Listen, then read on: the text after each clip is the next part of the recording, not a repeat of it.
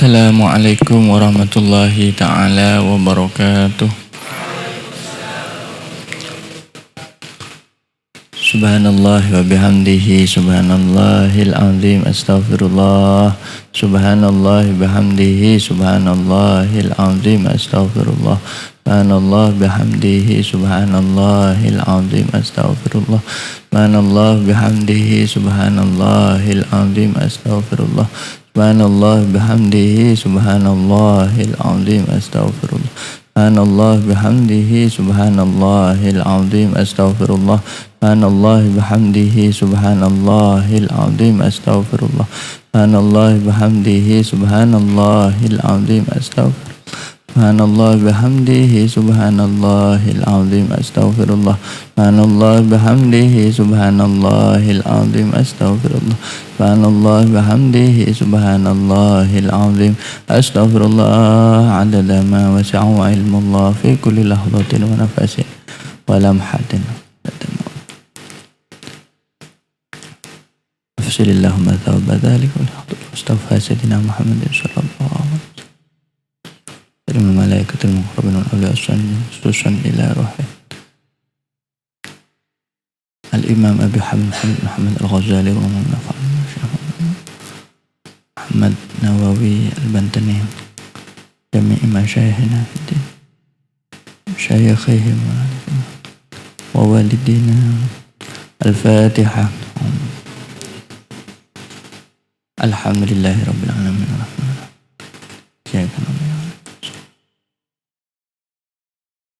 Bismillahirrahmanirrahim. Mari sebelum kita mulai majelis ilmu ini, kita membaca salawat. Ini salawat Syekhuna Hulil yang terkenal sebagai salawat Syekhuna Hulil. Salawatnya yang ditulis oleh, dikarang, disusun oleh Syekhuna Hulil Bangkalan untuk orang yang belajar. Jadi saya bantu begini baca salatnya, baca 3 kali nanti. Bismillahirrahmanirrahim. Allahumma salli ala sayyidina Muhammad. Salatan taj'aluna biha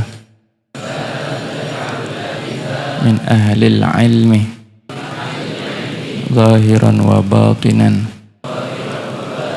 wa tahsyuruna biha fi zumratis salihin fi dunyana wa ukhrana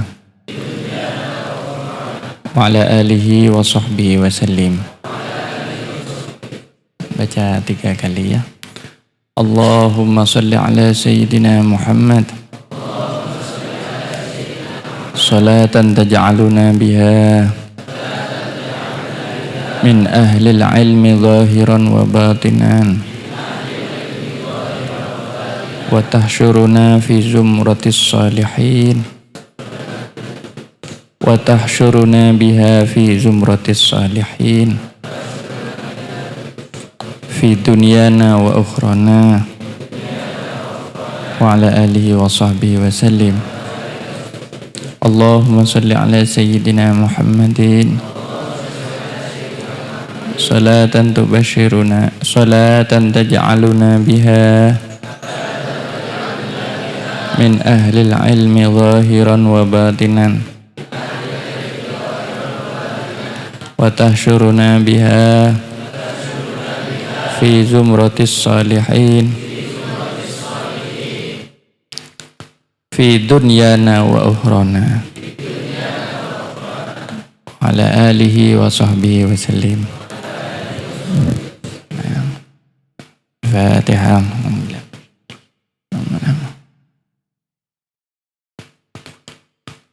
Nah ini silakan dibaca sebelum belajar. Ya insyaallah fadilahnya Anda menjadi seorang yang alim. Alim tapi juga soleh. Jadi dilanjutkan dulu syarah Asmaul Husna. Bismillahirrahmanirrahim. Wallahu ta'ala, dan adapun Allah Ta'ala, wa yaladapun Allah Ta'ala, al-muqaddimu wal muakhiru adalah yang mendekatkan, wal muakhiru dan yang menjauhkan, Annaka karena sesungguhnya engkau idza ahalta jika engkau menganggap mustahil atau memustahilkan. Idza ahalta jika engkau memustahilkan taqdimahum kepada didekatkannya mereka manusia yang dipilih oleh Allah, yaitu siapa? Malaikat, orang-orang yang atau makhluk yang dipilih oleh Allah untuk didekatkan, malaikat, nabi, wali, dan ulama. Jadi 4 golongan ya. Wa ta'akhurahum dan ini mungkin lebih tepat wa ta'khirahum ya. Wa ta'khirahum dan diakhirkannya atau dijauhkannya mereka ala taufirihim atas menyempurnakannya mereka wa taqsirihim dan terbatasnya mereka ala taufirihim atas menyempurnakannya mereka wa taqsirihim dan terbatasnya mereka wa kamalihim dan sempurnanya mereka fis sifati di dalam sifat-sifat wa naqsihim dan kekurangannya mereka. Nah, kalau begini maka ini jawabannya faman maka siapakah walladzi wa yala adapun man alladzi hamalahum alladzi yalazat hamalahum yang membawa kepada mereka, artinya mereka itu hamba-hamba Allah ala taufir atas menyempurnakan bil ilmi dengan ilmu wal ibadati dan ibadah bi itharati dawaihim dengan mengorbankan hawa nafsu mereka bi itharati dawaihim dengan mengorbankan hawa nafsu mereka. Wamanil ladzi ini pertanyaan. Waman dan siapakah alladzi zat hamalahum yang membawahum kepada mereka alat taqsiri, ini maksudnya para ahli maksiat, alat taqsiri atas keterbatasan dalam ibadah bisarfi dawaihim dengan mengalihkan dawaihim kepada hawa nafsu mereka ila dhiddi siratil mustaqim kepada berlawanan as-siratil mustaqim jalan yang lurus. Fadzalika maka adapun perbuatan tersebut kulluhu artinya yang mendekatkan dan yang menjauhkan, yang menyempurnakan dan yang mengurangi. Kullu ialah semuanya dzalik minallahi ta'ala adalah datang dari Allah Ta'ala. Bahwa maka adapun Allah Ta'ala, Allah Maha Luhur, siapa Allah?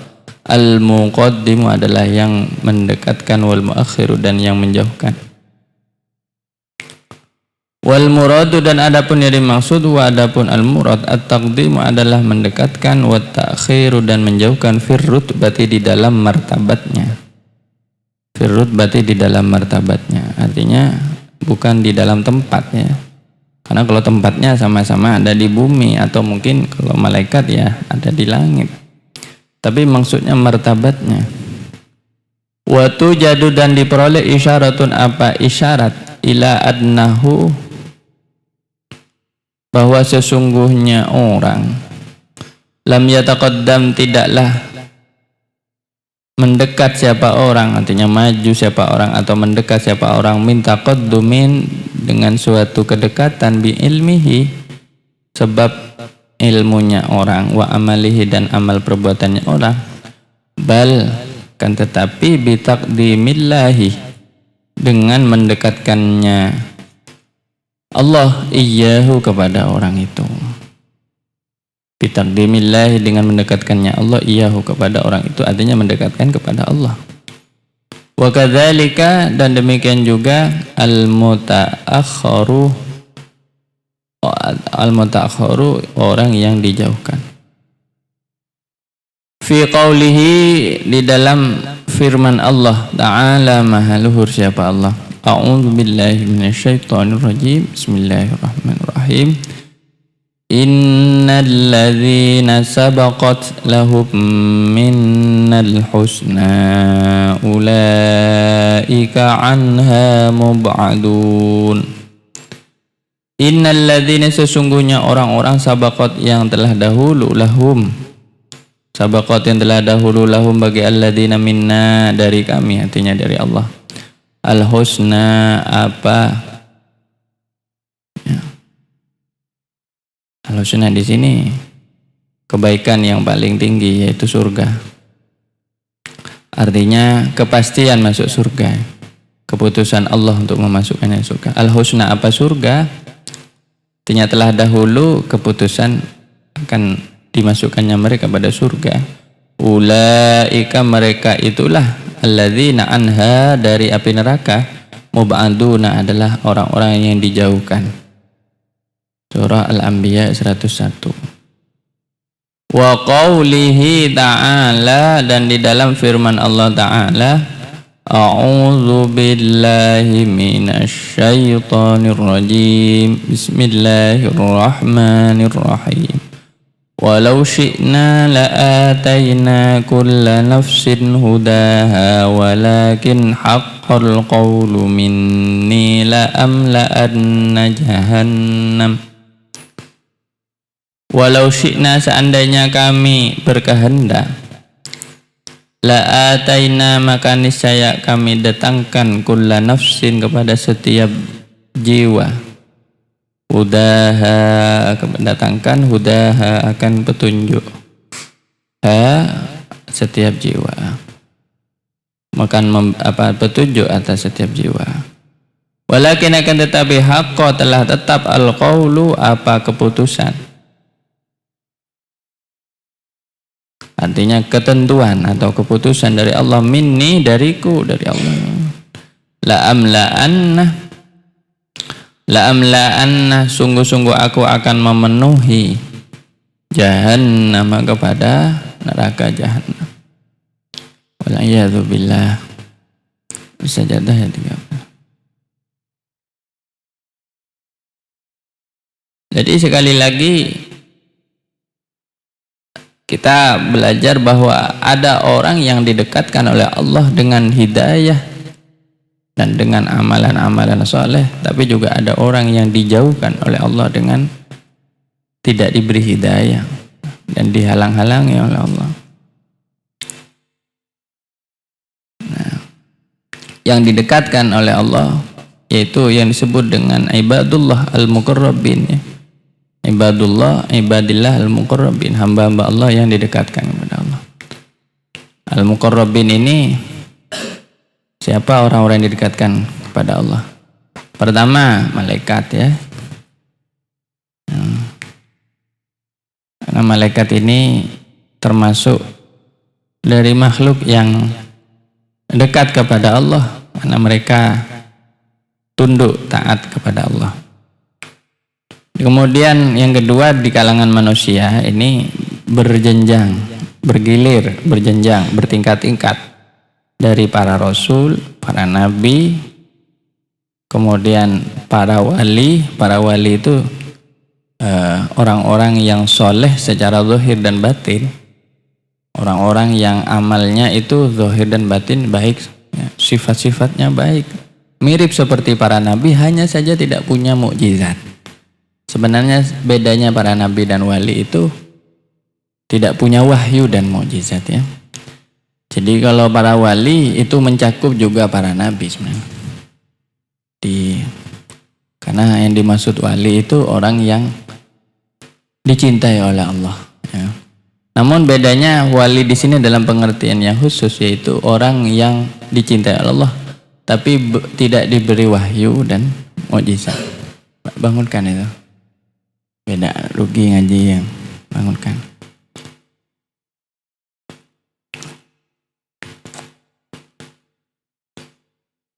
apa kelebihan atau pertolongan Allah kepada para wali namanya karomah. Itu pertolongan Allah kepada para wali. Kalau pertolongan Allah kepada para nabi namanya mukjizat. Kemudian yang terakhir adalah para ulama, yaitu orang yang memegang ilmu-ilmunya Allah untuk disampaikan kepada umat manusia secara umum. Nah, tentu kategori ulama di sini adalah tadi itu adalah orang kita tahu dalam Al-Qur'an dinyatakan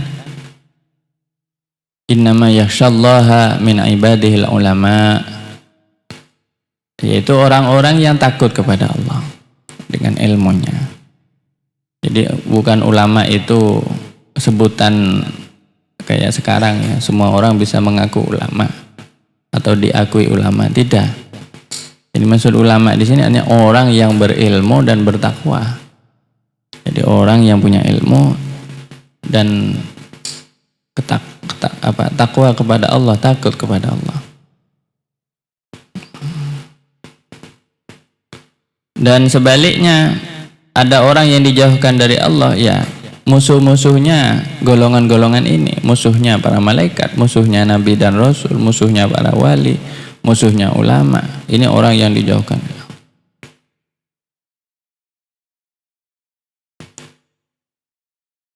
Nah, seandainya ini dalil aklinya ya, seandainya bukan Allah yang mendekatkan dan yang menjauhkan, lalu siapa, katanya Imam Ghazali, yang membuat mereka itu bisa baik dan sempurna ilmunya, ibadahnya, bahkan mereka itu bisa mengatasi hawa nafsunya. Coba, hawa nafsu ini berat loh ya. Hawa nafsu ini katanya lebih setan dari 100 setan.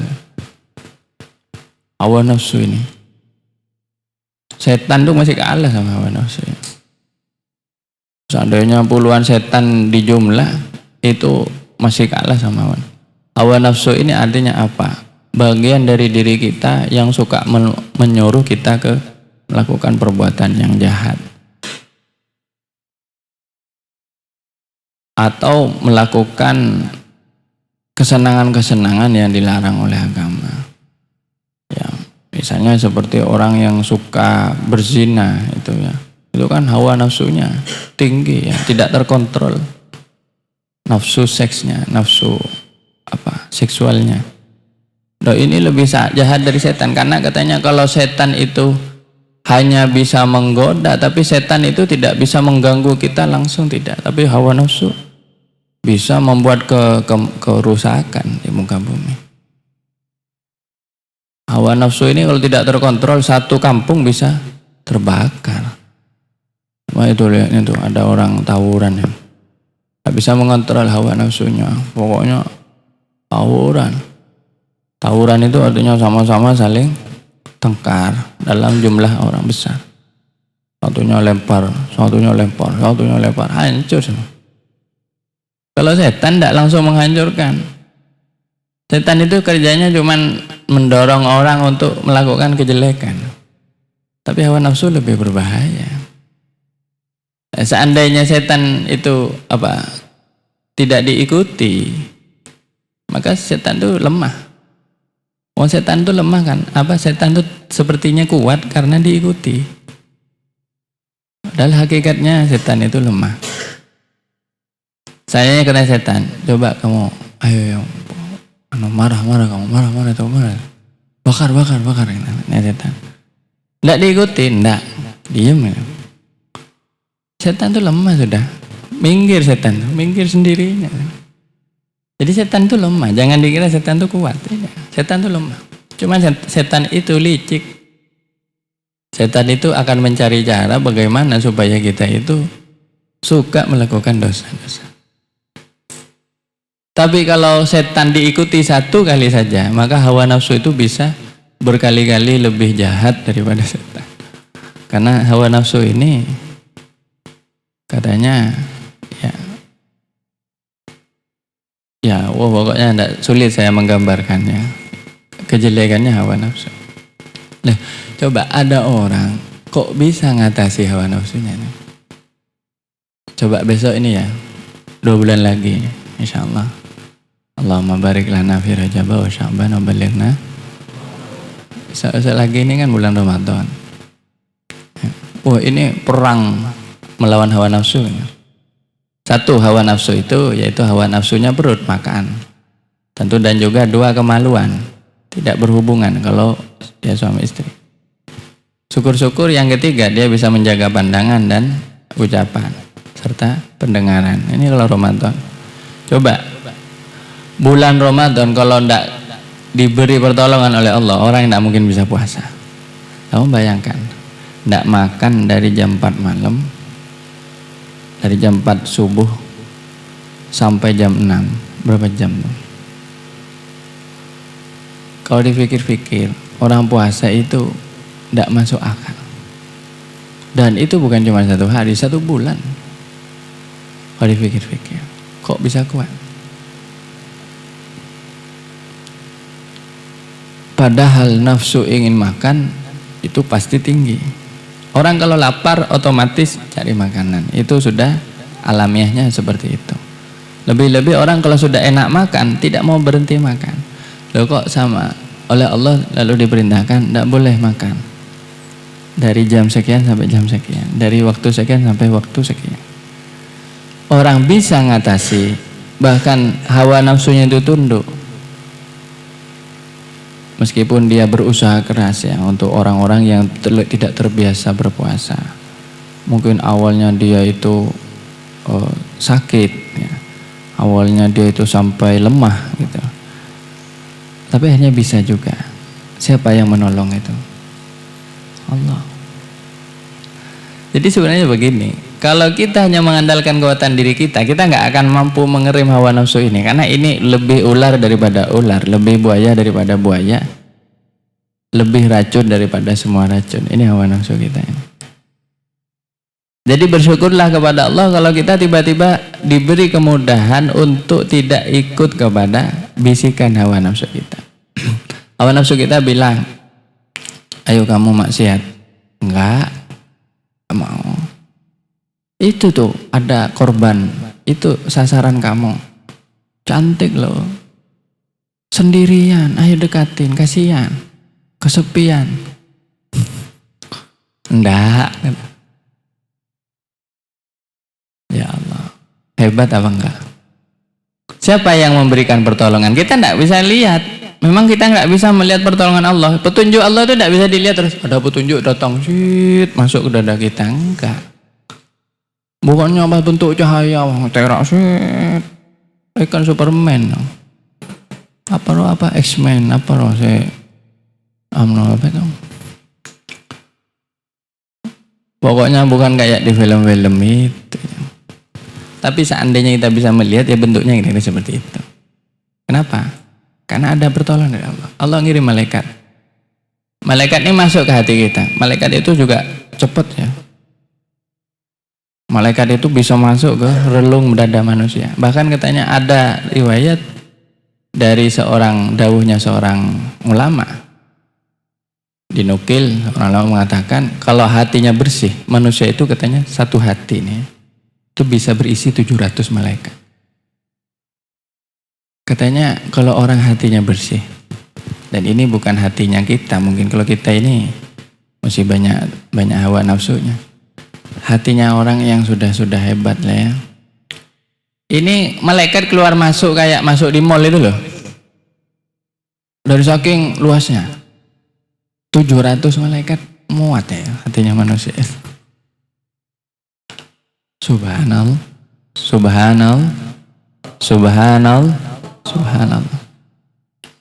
Ya kalau kita lah tak usahakan betong atas kan setong weng pendenan. Pada malaikat masuk. Karena apa? Dadanya orang yang beriman itu katanya sejuk, bercahaya. Dimasuki oleh malaikat. Lalu malaikat bilang, ambo, jangan ikuti. Tanya malaikat satu, langsung malaikat tempur di sini sama hawa nafsunya. Itu pertolongan Allah. Sudah mau menyerang hawa nafsunya, langsung diredam. Hilang.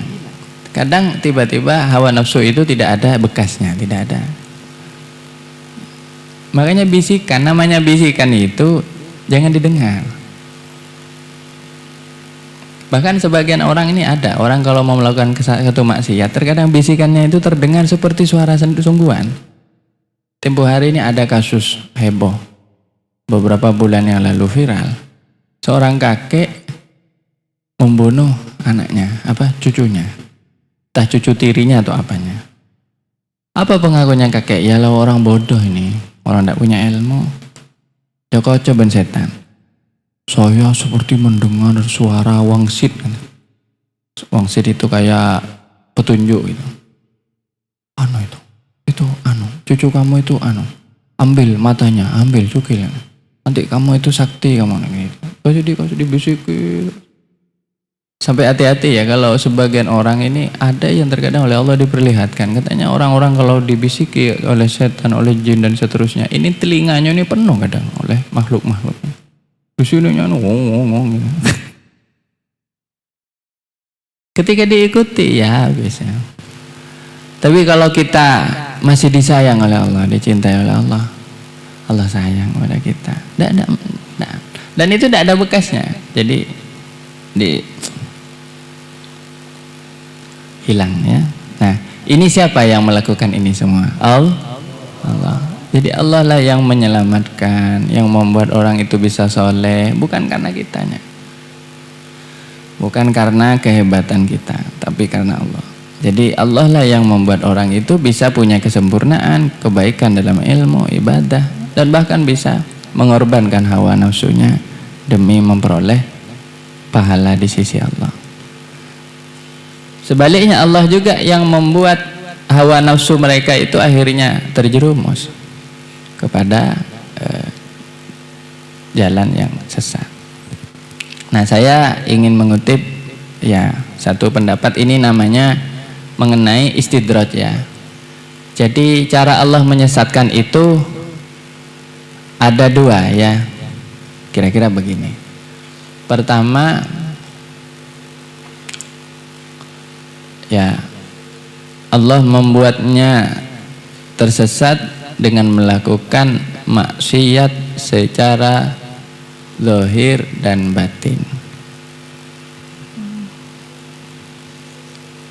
Allah membuatnya tersesat ya, Allah membuat orang ini tersesat, membuat seorang manusia ya tersesat dengan membuatnya melakukan hal-hal yang maksiat baik secara zahir dan batin ya, sehingga dia sepenuhnya di dalam kesesatan.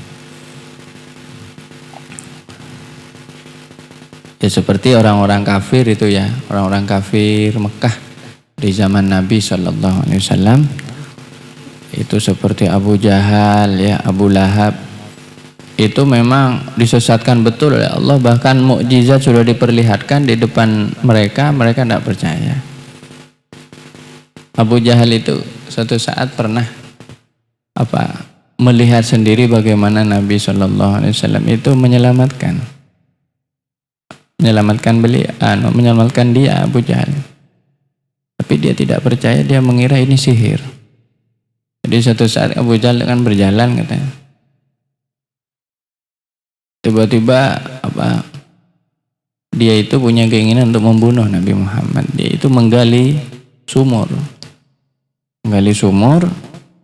yang cukup dalam, yang kira-kira tidak ada orang yang bisa menolongnya. Ternyata bukannya Nabi Muhammad yang terjatuh dalam sumur itu, tapi dianya sendiri yang terjatuh. Ya, dia terjatuh dalam sumur, lalu tidak ada orang yang, dia teriak-teriak, tidak ada orang bisa. Bahkan ketika tali itu dijatuhkan ke sumur itu untuk mengangkat dia, Abu Jahal ini bukannya sumurnya semakin ke bawah, jadi oleh bumi semakin ditelan. Akhirnya tolong. Akhirnya tambah jauh. Bermeter-meter sudah ke atas itu kan. Tidak ada lagi yang bisa menyelamatkan. Akhirnya dia bilang, yang bisa menyelamatkan saya ini cuma Muhammad. Panggil Muhammad. Akhirnya Rasulullah dipanggil. Rasulullah itu Abu Jahal masuk ke dalam sumur. Rasulullah datang. Rasulullah cuma pakai tangannya Kanjeng Nabi. Dengan tangannya Kanjeng Nabi dia gini.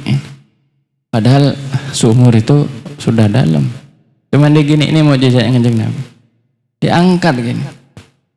Pakai tangannya gini, diangkat. Diangkat, selamat Abu Jahal.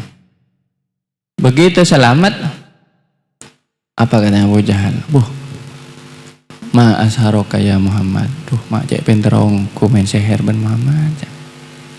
Kenapa engkau begitu pinter main sihir wahai Muhammad? Tak aja. Sudah jelas-jelas ada mukjizat di depan. Ini orang yang sudah benar-benar disesatkan oleh Allah, dibutakan mata hatinya dan matanya yang ini dibutakan, dua-duanya ya, hatinya dan matanya dibutakan. Nauzubillahi min. Ada yang kedua, ada yang disesatkan oleh Allah dengan melakukan maksiat batin. Secara batin disesatkan oleh Allah, walaupun dia melakukan amal soleh atau tampaknya melakukan amal soleh. Nah, artinya apa? Dia secara dohir itu baik, ibadah, ramah, senyum, bagaimana senyum kepada orang. Tapi hatinya oleh Allah tidak berkenan memberinya hidayah. Hatinya itu disesatkan, dijauhkan dari rahmat Allah ya. Hatinya itu dibuat busuk. Nah, yaitu apa? Dimulai dari niatnya. Allah membuat niatnya itu bukan karena Allah ya, tapi karena harta, karena memperoleh kedudukan, karena supaya dihormati orang, karena senang untuk berkuasa dan seterusnya. Nah, ini orang seperti ini walaupun melakukan amal soleh, tapi semua amalnya itu bukannya tambah membuat dia dekat kepada Allah, tapi tambah menyesatkan dia.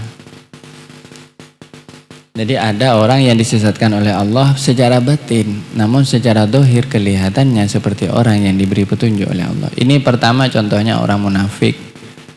Orang munafik itu tidak sama seperti orang kafir. Orang munafik itu melakukan hal-hal yang kelihatannya baik, bahkan mengaku beriman, sholat juga sama, tapi hatinya dongkol.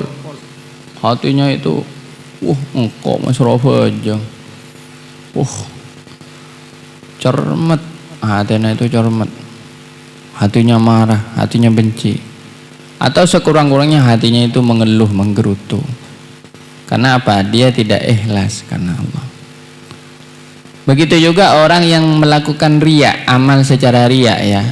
Riya itu artinya apa? Dia mengharapkan pujian dari siapa? Manusia. Itu walaupun amalnya bagus, tapi oleh Allah tidak diterima amalnya. Karena hatinya itu bertujuan kepada selain Allah. Itu. Nah, di dalam hal ini ada istilah yang ditulis oleh ulama, namanya istidraj. Coba ditulis istidraj. Istidraj itu artinya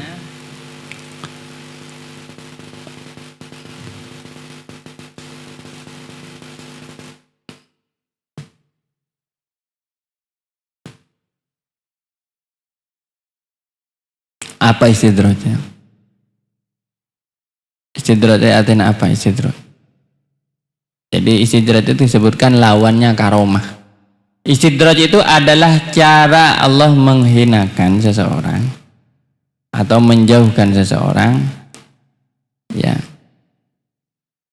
dengan hal-hal yang baik, dengan nikmat-nikmat dan amal-amal yang baik.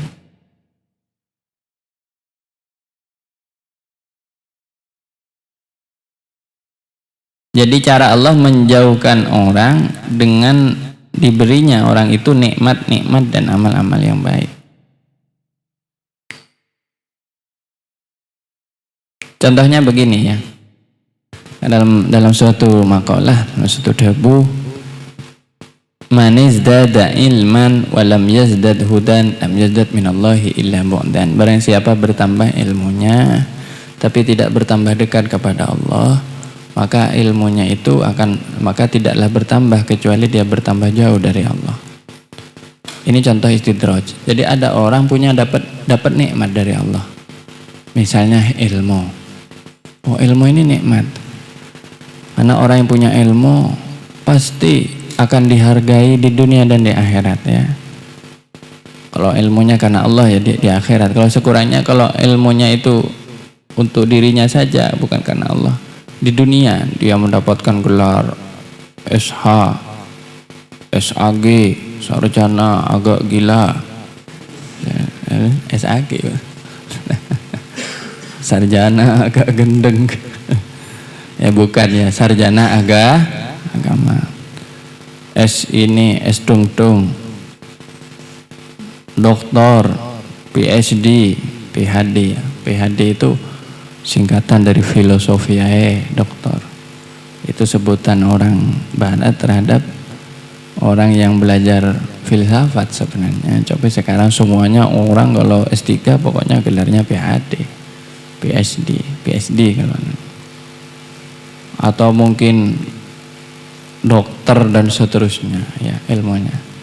Tapi semakin dia punya ilmu, bukannya dia semakin dekat kepada Allah atau bersyukur kepada Allah, malah dia itu pakai ilmunya itu untuk foya-foya. Dia pakai ilmunya itu untuk mendolimi orang, untuk ngerjai orang. Kayak sekarang ini banyak orang dokter koruptor, dokter tapi korup, apalah kona? Dengan ilmunya dia itu merampok uang negara. Dilihat ada uang nih 1 miliar. Wah enak ini kalau diambil. Gimana cara ngambil? Ayo bikin program nggak jelas, nggak ada penerimanya kecuali dirinya penerima. Itu. Coba sekarang itu kerusakan di dunia ini dilakukan oleh orang yang punya ilmu apa yang nggak punya ilmu? Orang yang punya bom atom itu diciptakan siapa? Orang yang punya Bahkan bom semuanya yang menciptakan bom itu orang yang punya ilmu yang menciptakan. Artinya yang membuat, yang merakit. Dr. Nurdin M. Top, profesi teroris. Orang yang di ilmu, dokter.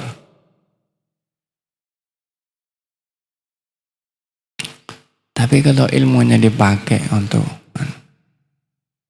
ini namanya istidraj. Orang dikasih nikmat, oleh Allah dimanja. Jadi dimanja dengan nikmat, ini istidraj. Dimanja oleh nikmat, tapi di sisi lain oleh Allah tambah dibenci. Coba bangun. Coba disuruh berdiri begini. Coba. Bisa dibacain sholawat Syekhona Holil, masih ngantuk ya. Berdiri. Walaupun tidur siapa tahu dapat ilham di dalam mimpi.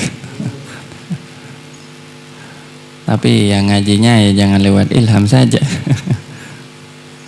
Coba berdiri coba sekarang semuanya begini. Coba perenggangan. Kepalanya diputar-putar, direnggangkan. Ya, kita break dulu 2 menit ya. Nah, jadi istidraj itu yaitu tadi orang yang dimanja oleh Allah dengan kemudahan, cari uang gampang. Ini pertama ilmu tadi ya. Yang kedua rezeki. Rezekinya dipermudah oleh Allah sampai dia apa-apa langsung sukses. Tapi ternyata dia memperoleh rezeki itu bukan melalui perbuatan yang baik, tapi dia suka menipu, suka ini dan itu. Maka ini istidraj ya, hati-hati. Orang yang seperti ini kelihatannya secara dohir tampaknya penuh dengan kenikmatan, tapi orang seperti ini oleh depak sampai ke kuburan buk dek kan. Kenapa? Disiksa duluan. Kenapa? Karena dia menyalahgunakan ilmunya dan nikmat-nikmatnya Allah yang ada pada dirinya untuk hal-hal yang dimurkai Allah. Jadi hati-hati ya. Ya. Contoh dari istidraj ini disebutkan dalam satu kitab, ayyurzaqal abdu, ini tidak ada di kitab kamu ya. Ayyurzaqal abdu al-ilma alladhi yatlubul amal wa yahrumu wa yuhramu al-amalu bihi. Contohnya orang itu diberi ilmu yang membuatnya harus diamalkan, yang menuntut diamalkan, tapi dia tidak mampu mengamalkannya. Ini istidraj. Hati-hati ya, sampean tahu fadilahnya tahajud, tapi hatinya tidak pernah mau tahajud, pengen tahajud tidak pernah, istidraj. Hati-hati, takut istidraj. Misalnya begini, Anda tahu fadilahnya sholat sunat rawatib, sehari oleh Nabi dianjurkan sekurangnya sholat sunat rawatib 12 rakaat total, pagi sampai malam 12 rakaat, itu yang Allah. Terus Anda tidak tertarik belas, ngapain sholat sunat rawatib? Padahal sudah tahu keutamaannya sholat sunat rawatib. Sholat sunat rawatib itu katanya bisa menambal sholat fardu kita yang kurang khusyuk ya. Itu bisa jadi istidraj. Anda tahu ngaji, wow, kalau suruh ngaji mulutnya itu langsung bisa melantunkan bacaan dengan indah, nggak kori-kori, tapi tidak pernah tertarik untuk ngaji Al-Quran. Bahkan ketika diperdengarkan ayat Al-Quran tidak tersentuh sama sekali. Istidraj. Hati-hati. Orang yang punya ilmu tapi oleh Allah tidak diberi jalan untuk mengamalkannya, untuk mampu mengamalkannya, ini takutnya istidraj. Atau terkadang waqad yurzaqu al-amalu wa yuhramu al-ikhlasu fi. Terkadang dia itu wa yuhramu al-ikhlasu fi, terkadang dia itu diberi rezeki perbuatan, bisa melakukan tapi tidak ikhlas. Nah, ini hati-hati ya. Ini bentuk istidraj Allah ini. Dalam ayat Al-Quran, sanastadrijuhum min haitsu la ya'lamun, kami akan mengistidraj mereka, kami akan menipu mereka dari arah yang mereka tidak ketahui. Nah, orang yang kena istidraj biasanya tidak sadar kalau itu istidraj ini. Jadi orang kalau kena istidraj oleh Allah, na'udzubillah, semoga kita dijauhkan. Semoga Allah tidak sampai mengistidraj kita. Amin ya rabbal. Itu orang yang kena istidraj itu biasanya tidak merasa kalau dia sering istidraj. Dia merasa baik-baik saja. Buktinya saya sholat, buktinya saya ngaji. Tapi anehnya itu yang dilihat oleh orang lain. Dia itu sholat tapi kok maksiat terus. Istidraj ya pasti. Gitu. Dia kok ngaji tapi kok ilmunya tidak pernah diamalkan. Istidraj ya. Jadi gampang hukum istidraj itu sebenarnya orang yang punya nikmat tapi nikmatnya tidak digunakan untuk semestinya. Punya uang tapi dipakai foya-foya, istidraj. Punya harta dipakai buat senang-senang, ya sama foya-foya, istidraj. Punya kedudukan dipakai buat korupsi, istidraj. Maka saya saran kita itu jangan mudah tergiur ya. Jadi jangan kayak umatnya Nabi Musa yang tergiur oleh Korun. Korun itu katanya suatu saat bawa pengawal. Korun ini kalau dulu kan ada mobil itu diateng, diangkut oleh 4 orang pengawal, 1, 2, 3, 4, mungkin lebih dari 4. Korun begini, pakai di atas di atas keretanya ya, keretanya. Ya nggak raja-raja, tabun aja. Makan terus. Pengawalnya pakai emas istana pokoknya kaya raya kan. Korun ini kaya raya sampai satu kuncinya itu diangkut, kunci gudangnya itu dari saking beratnya emasnya itu sampai diangkut oleh beberapa orang yang kuat-kuat kayak bodyguardnya. Mungkin sekarang yang kayak Korun ini ya para koruptor itu yang punya gudang-gudang uang, yang punya rumah-rumah mewah, sampai satpamnya aja 10 ya. Anaknya aja 1. Jadi lebih banyak satpamnya daripada anaknya sendiri. Itu jangan Anda langsung aman yodi punya bodyguard, banyak pelayannya, uang banyak. Jangan kayak umatnya Nabi Musa yang tergiur oleh Korun. Tahu Korun akhirnya ditenggelamkan oleh Allah. Satu cara Allah menghukum orang-orang yang kaya tapi sombong ya. Itu tidak ada cara lain. Bukan harta dan orangnya ditenggelamkan sekaligus. Dibuat bangkrut, hancur. Korun ini kabarnya katanya tanahnya itu ambles. Jadi tanah di sana ambles. Terkubur dia dengan istananya. Dan sampai sekarang harta-harta itu yang disebut katanya harta yang terpendam itu namanya harta karun. Sebenarnya harta karun itu ungkapan semua jenis harta yang ada di dalam bumi. Karena dulu Korun memang ditenggelamkan ke dalam bumi. Nah, akhirnya begitu sadar kalau Korun ini orang yang dimurkai Allah, orang yang su'ul khotimah atau jelek, akhir hidupnya umatnya Nabi Musa yang sudah tergiur, sebagian yang tergiur itu langsung bilang, "Jo, maksudnya kau tak norak Korun." Baru sadar.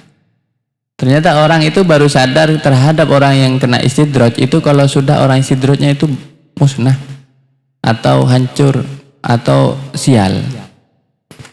Contohnya gini, kita kalau lihat pejabat yang mewah begini, pasti kalau dia datang Pak siapa, Bu siapa ini kan. Wow, langsung matanya langsung weng. Jadi idola coba ya kayak itu ya. Tidak tahunya istidraj itu. Setelah dilihat pejabat A, pejabat B, bupati A, bupati B, gubernur A, gubernur B, mungkin juga presiden A, presiden tersangkut kasus korupsi berapa triliun. Langsung masuk KPK, langsung mulai sejak itu langsung berubah drastis, langsung icak-kocak, koruptor. Tadi dipuji-puji, besoknya sudah kemarin dipuji-puji, besoknya sudah dicaci itulah, itu nasibnya itu. Makanya orang yang seperti itu harus dikhawatirkan. Nah, bagaimana supaya kita bisa memperingatkan? Ayo kita saling mengingatkan. Kalau ada temannya yang berlebihan, padahal dia itu punya kenikmatan yang lebih ya. Segera diingatkan, hati-hati. Nikmat yang kamu dapat itu jangan kamu pergunakan dengan cara yang tidak baik karena kamu takut istidraj oleh Allah. Bahkan dari saking takutnya sebagian ulama atas istidraj itu ya, kalau dapat nikmat lebih itu ulama itu nangis. Ya Allah, ini apa lagi? Jadi takut.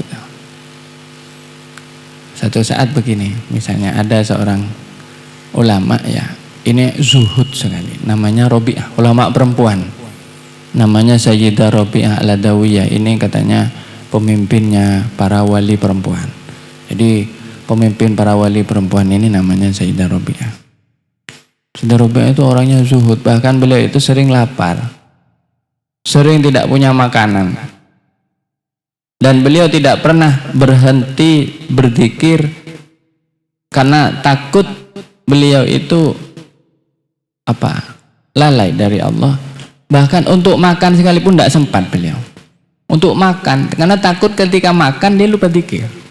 Jadi biarkan perutnya lapar, cuman diminum disambung hidupnya itu yang disambung oleh air. Beliau kalau sudah tidak kuat masuk kayak orang KU, kayak orang sakit, minum air. Jangan aja sholat, Allahu Akbar, zikir, ya Allah. Ini orang zuhud. Bahkan kenikmatan dunia tidak mau. Satu saat, waktu lagi anak-anaknya zikir, diuji oleh Allah. Ya Allah punya cara untuk menguji, walaupun kepada para walinya Allah menguji terus ya. Allah menguji orang-orang wali itu, Allah uji terus ya. Imannya supaya tambah kuat. Dijual, Allah datang seekor burung. Cing. Ya. Lah kok burung? Burung merpati. Yang dibawa itu roti yang seger. Roti seger entah dapat dari mana burung ini. Oh, mungkin beli di Indomaret apa di mana? Kita beli Indomaret. Udah mana? Plek. Ya dan Rabi'ah. Bawa rezeki. Kalau kata kita rezeki. Tapi kata Rabi'ah, hujan ini. Bahaya ini. Bukan bahaya begitu. Maksud saya dia melihat, astagfirullah. Aduh, maaf dekat kanan nyaman. Burung gue saya ibadah. Ya. Begitu Sayyidah Rabi'ah melihat ada burung ini. Beliau langsung berbalik berdoa, ya Allah, punten, nanti tanya ona roti. Punten ki kelar. Saya masih kuat ya Allah untuk beribadah. Enggak. Wallahu a'lam, entah dibawa kembali oleh burung itu atau bagaimana. Pernah satu saat beliau itu sangat kehausan. Tiba-tiba beliau sangat ingin minum. Nah ini kalau orang-orang wali ujiannya juga tinggi. Kalau kita tidak mungkin sanggup. Kecuali Allah membuatnya mampu ya. Amin ya Rabbal.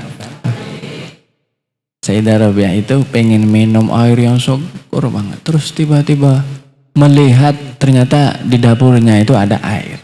Dan di dapurnya itu cuma isi air, tidak ada makanan lagi. Beliau hidup sangat-sangat miskin. Ya, karena memang tidak mau menikmati hal-hal makanan-makanan yang enak-enak. Dia itu minum air ini. Begitu mau minum ada suara langsung. Ya wallahu a'lam, ini mungkin ilham ya, tapi tidak dalam bentuk suara seperti itu. Suara yang terdengar di telinganya Sayyidah Rabi'ah. Langsung. Wahai Rabi'ah, apakah zikirmu akan ditukar oleh satu gelas air itu? Langsung dilepas langsung. Astagfirullah.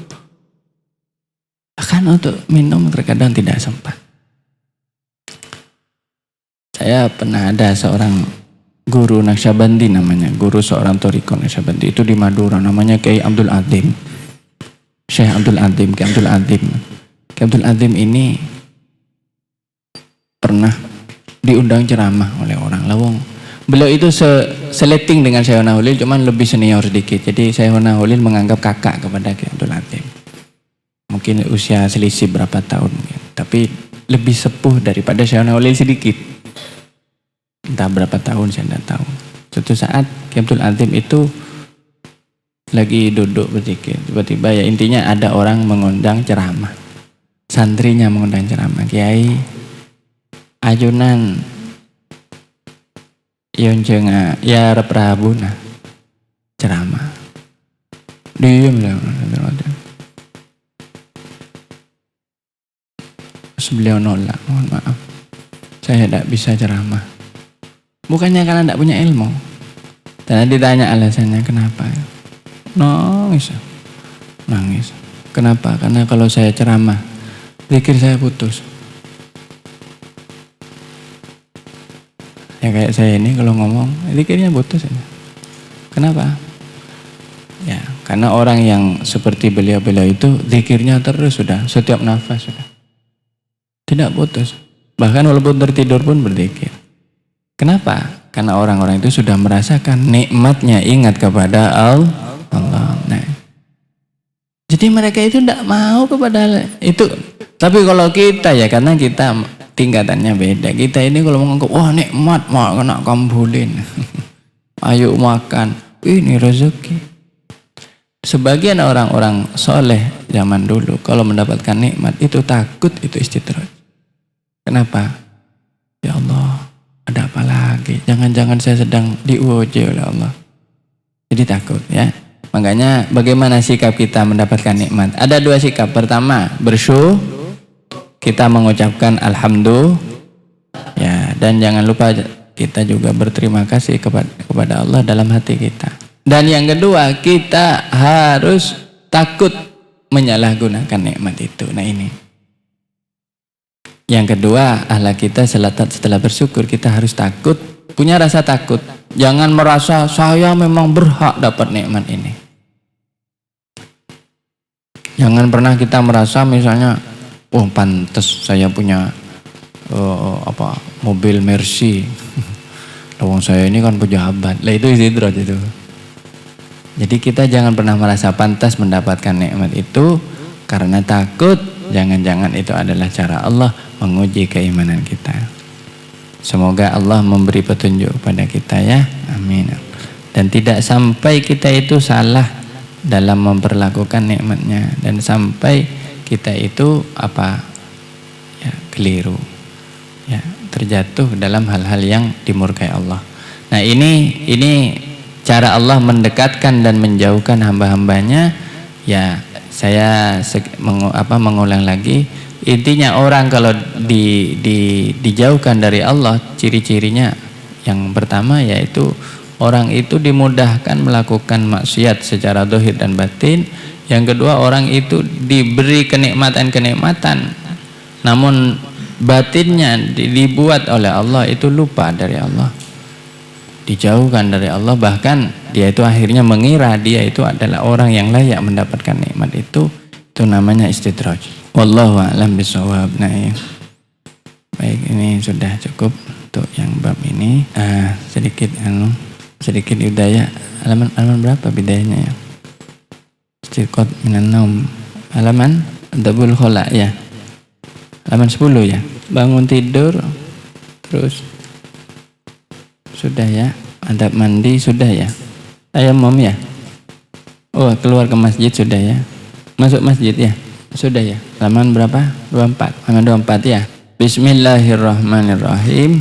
Fa illam takun ala taharatin, dan jika tidak ada siapa engkau ala taharatin atas keadaan bersuci, keadaan suci. Maksudnya engkau tidak suci ketika masuk ke masjid.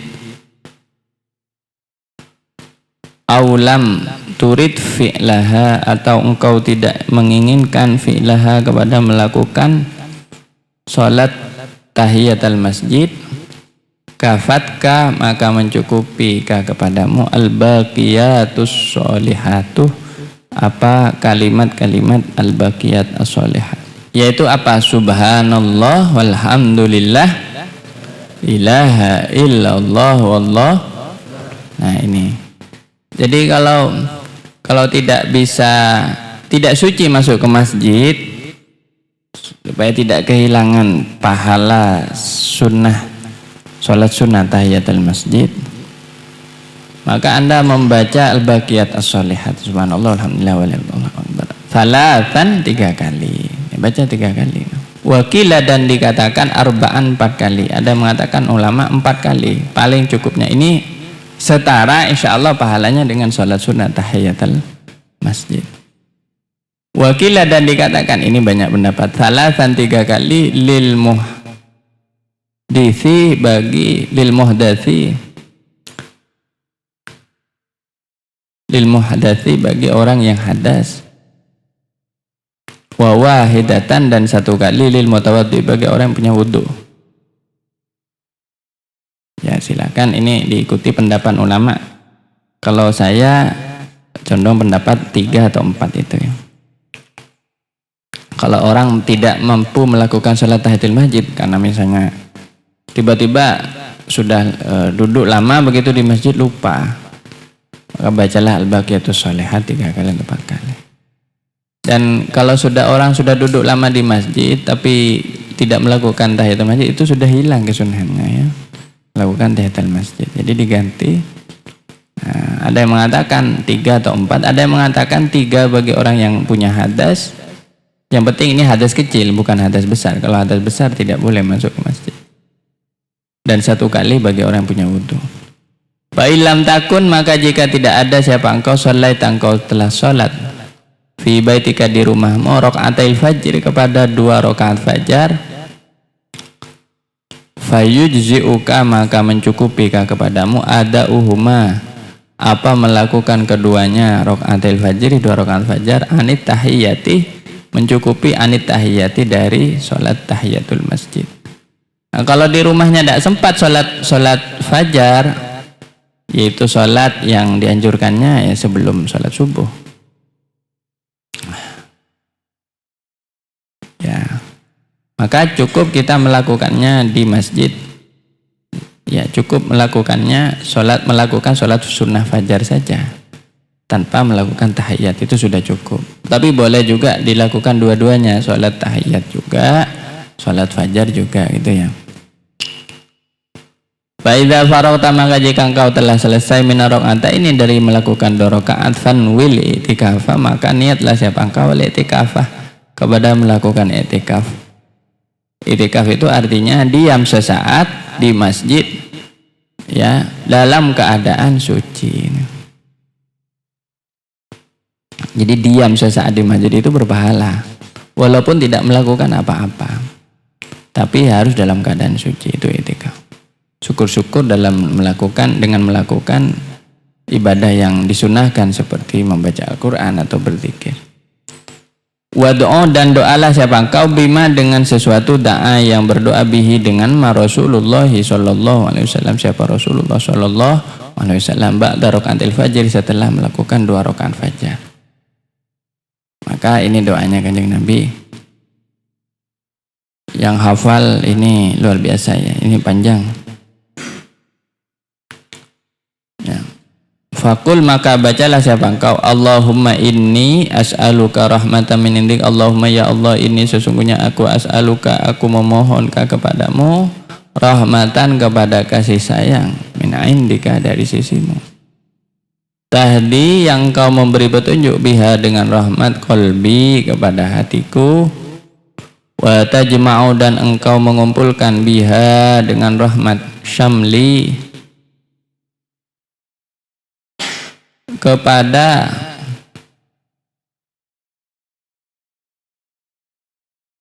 hal-hal yang tercerai-berai dari aku ya. Kepada hal-hal yang tercerai-berai, agak panjang artinya. Syamli kepada hal-hal yang tercerai-berai dari aku.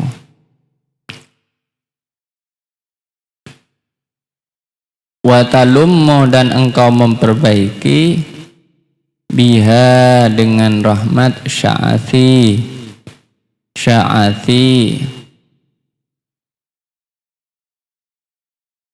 kepada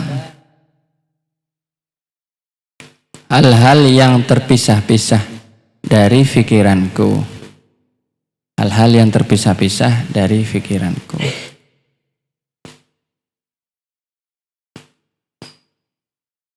hal-hal yang terpisah-pisah dari fikiranku wa taruddu dan engkau mengembalikan biha dengan rahmat ulfati kepada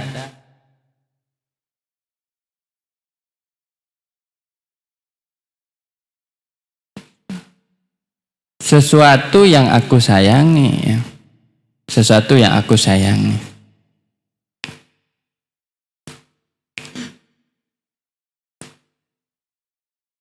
Ulfah itu kan ada istilah ini kesering jadi nama orang ulfah itu artinya orang yang disayang. Ulfah itu ulfatun itu sesuatu yang disayang-sayangi atau burleburan ya saya kenal sering burleburan. Wa tuslihu dan engkau memperbaiki biha dengan rahmat dini kepada agamaku. Waktu sedang kamu perbaiki biha dengan rahmat dini kepada agamaku wa tahfadzu dan engkau menjaga biha dengan rahmat ghaibi kepada batinku wa tarfa'u dan engkau mengangkat biha dengan rahmat syahidi kepada zahirku. Nah ini saja sudah dulu sampai di sini. Jadi doanya ini panjang ya. Tapi bagus kali ini doa fajar. Kadang-kadang al-fakir saya kalau uzur membaca doa ini karena waktu yang mepet.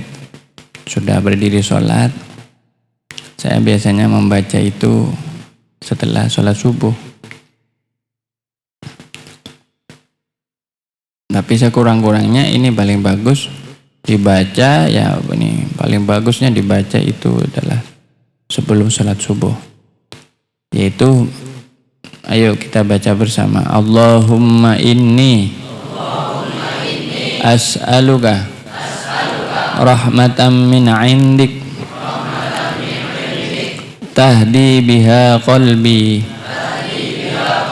wa tajma'u biha syamli wa talummu biha sya'ati wa taruddu biha ulfati wa tuslihu biha dini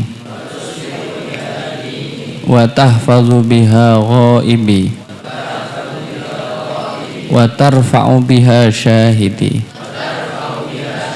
Ya, sampai di sini dulu. Ini doanya panjang, masih ada lanjutannya.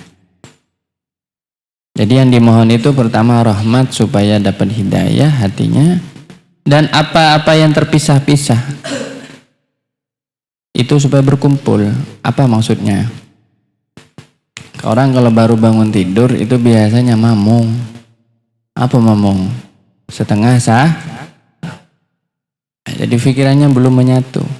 Makanya berdoa wa talummu biha sya'ati. Juga perkaranya bingung, ini mana sajadah saya, mana, bingung. Nah, maka dengan berdoa seperti ini insya Allah langsung konsentrasi langsung. Nah, saya sarankan ini juga bisa dibaca sebelum orang belajar ya. Insya Allah Anda konsentrasi. Jadi Anda kalau sering galvok,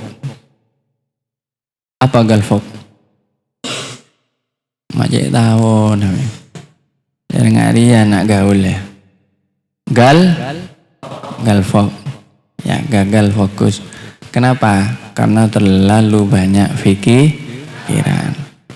Satunya pikirannya ke utara, satunya ke selatan, satunya ke barat, satunya ke timur. Langsung doa, Allahumma inni as'aluka rahmatan min indik tahdi biha qalbi wa tajma'u biha syamli wa talummu biha sya'ati wa taruddu biha ulfati wa tuslu biha dini. Insyaallah langsung terang, langsung saya harus ke timur, saya harus ke barat, begini. Dan ini ya, satu lagi, kalau akhlak berjalan jangan sering tolah-toleh kalau berjalan. Kanjeng Nabi itu kalau berjalan lurus ke depan, atau kalau menoleh sekalian berbalik. Jadi kalau jalan tuh begini, ini akhlak orang berjalan. Saya ajari langsung praktek supaya saya juga semoga tidak terbiasa melakukan hal-hal yang kurang afdol ya, yang dimakruhkan. Ini kalau Kanjeng Nabi berjalan begini, jalan Nabi itu lurus berjalan begini, sambil menunduk melihat ke bawah begini. Ya. Dan ketika ada orang menoleh, memanggil Kanjeng Nabi, Nabi itu menoleh. Kalau menoleh, beliau balikkan seluruh badan beliau. Jadi kalau ada yang noleh, wahai Rasulullah, maksud Nabi itu begini. Jadi kalau kita begini, ini yang dibilang tadi itu hatinya tercerai-berai.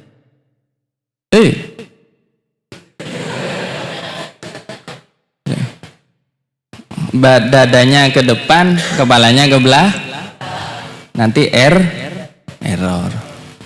Jadi kalau ada orang manggil, siapa? Fayat, langsung gini, apa? Oh sampean, balik gitu ya. Itu Kanjeng Nabi seperti itu. Jadi Nabi itu tidak pernah begini. Kalau berjalan tiba-tiba ada manggil, beliau tuh apalagi nggak sampai. Terus, coba betul, ternyata ada jurang di bawahnya. Jadi kalau berjalan itu katanya lihatlah tanah, tapi juga jangan berlebihan, jangan begini. Ini namanya kuda mau nyeruduk ini. Jadi biasa, jadi harus begini ya. Bahkan ada sebagian guru thariqah ya, kalau berjalan katanya lihatlah sandal kita. Ini sambil dilihat, takut nyerempet. Ya, takut salah langkah. Jadi kalau berjalan tuh jangan tolah-toleh ya, makruh. Ya walaupun tidak berdosa, tapi itu kebiasaan kurang baik dan itu ciri dari orang itu. Berarti orang itu tidak begitu fokus, galfok. Orang seperti itu berarti hatinya itu kemana-mana.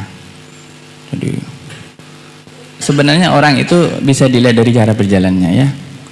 Kalau cara berjalannya itu orangnya baik cara berjalannya, insya Allah orang itu termasuk orang yang baik juga.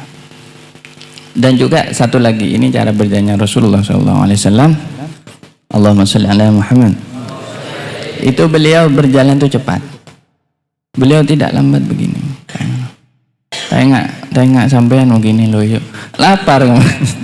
Iya lapar. Bukan. Beliau itu berjalan tuh. Kanjeng Nabi itu kalau berjalan katanya seperti air yang menetes begini, cepat. Dari saking cepatnya itu sampai sahabat tuh sering tidak nutut Kanjeng Nabi. Tapi kalau berjalan juga jangan berlari. Dan ini saya juga harap kalau orang mau sholat jangan berlari loh. Jadi makruh malah. Sampean ngos-ngosan.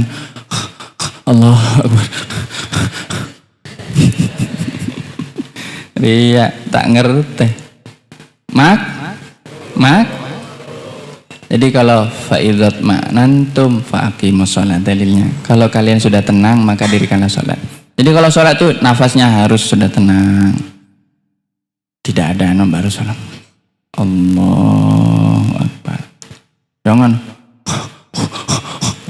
sambil tak makan mulai gelak. Ingin ngejar soft pertama, tapi santai-santai. Begitu Allahu Akbar, Allahu Akbar. Doa kasawado, ojong. Allahu Akbar. Makruh apa? Gimana hukumnya? Makruh. Jadi jangan.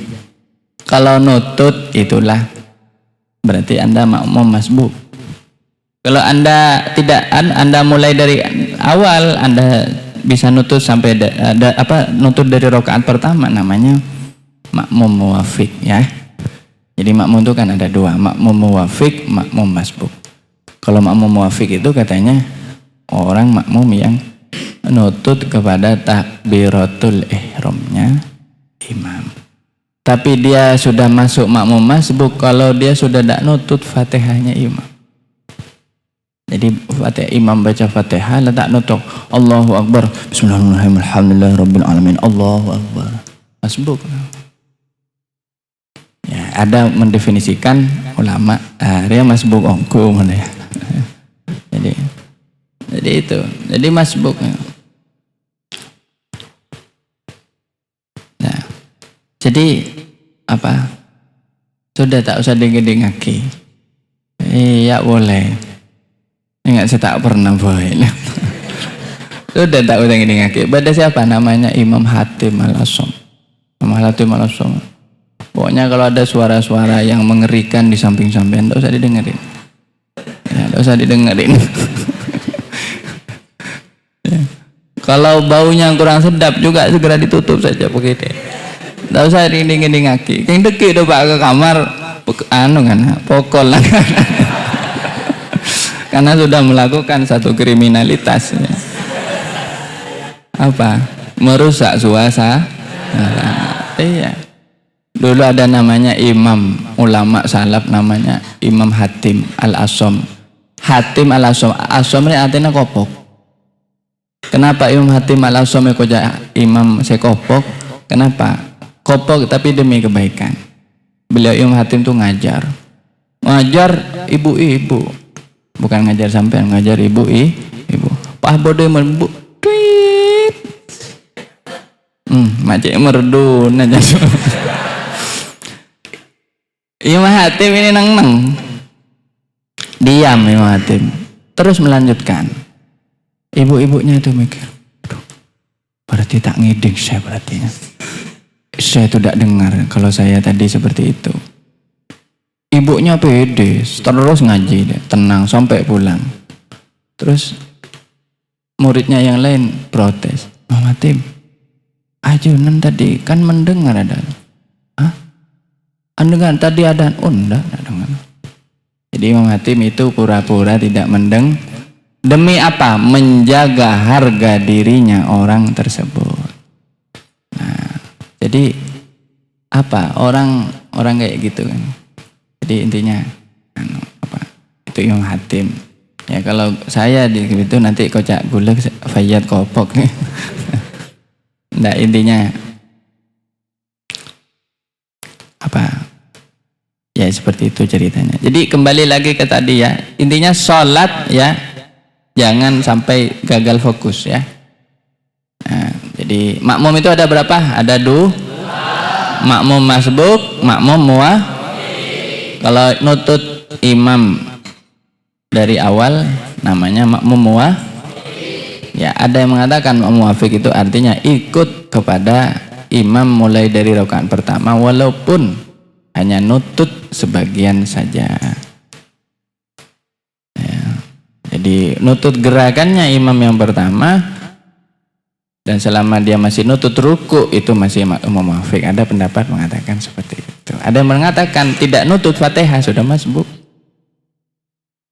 Wallahu alam ya, mana yang lebih kuat saya kurang tahu. Tapi intinya Anda boleh berpendapat bahwa makmum muafiq itu ya sekurangnya saya nutut masih rukunya ini. Tapi Anda kalau sudah imam i'tidal, Allahu Akbar sudah bangun, itu sudah Anda tidak dihitung satu rakaat ya.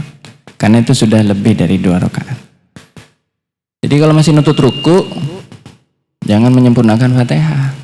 Tak kira nutut ya. Langsung ruku saja, Allahu Akbar langsung ruku.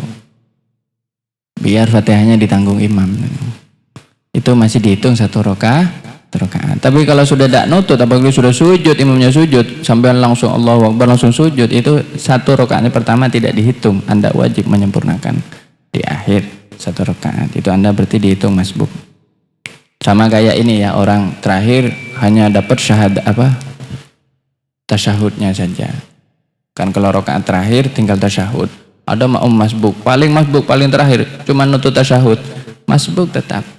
Nah rakaat dia tasyahud itu tidak dihitung. Makanya seandainya itu 4 rakaat berarti tetap 4 rakaat. Makanya ukuran dihitung 1 rakaat itu kalau nutut ruku. Itu aja ya kaidahnya. Nah ini baca doa ini bagus, coba kamu biasakan. Baca ini kalian biasakan. Nanti kalau perlu insya Allah ini sudah masuk di dalam doa harian yang sedang disempurnakan dari wilayah ini. Belum terbit ini karena masih ruwet ya untuk nasihnya. Nanti Anda hafalkan ini. Alhamdulillah Al-Fakir senang dengan doa ini dan banyak faedahnya. Pagi-pagi itu langsung segar gitu kalau doa ini. Rasanya pikiran itu konsentrasi, tidak mudah marah-marah, tidak mudah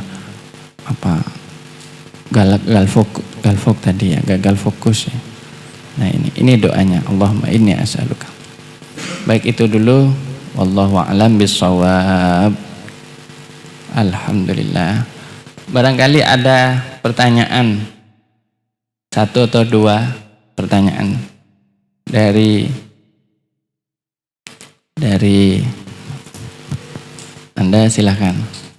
Kalau ada bisa maju, kalau tidak ada tidak apa-apa juga.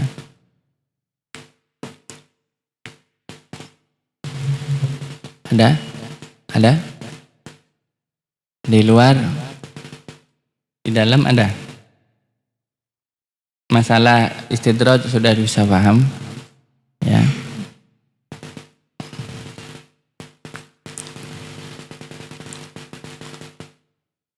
Ada? Hah? Ada?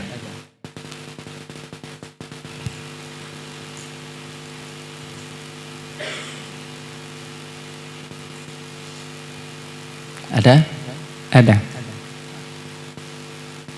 Dari siswa ada, dari siswa. Saya lihat masih banyak yang belum pernah bertanya itu. Ada? Hah?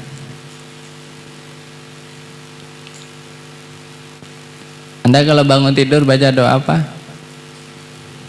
Alhamdulillahilladzi ba'dama.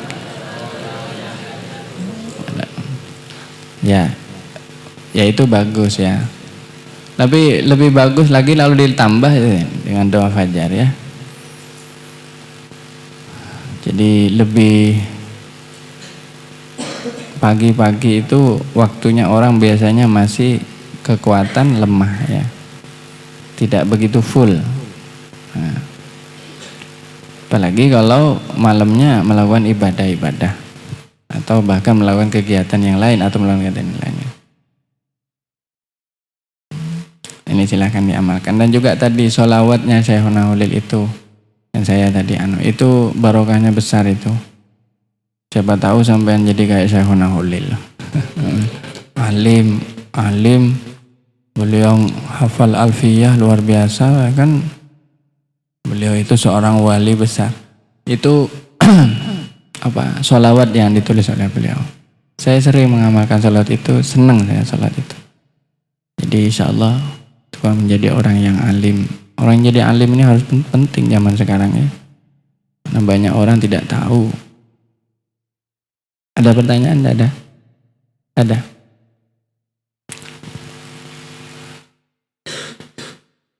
Alhamdulillah.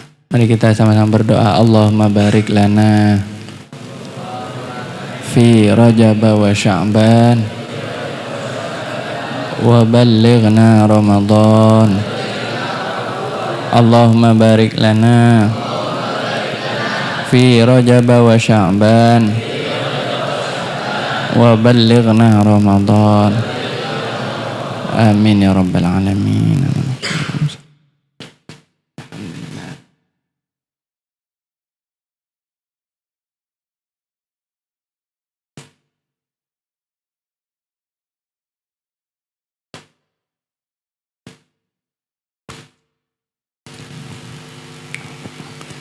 Baik, kalamun qadimul la malu sama'u nazzaha an qawli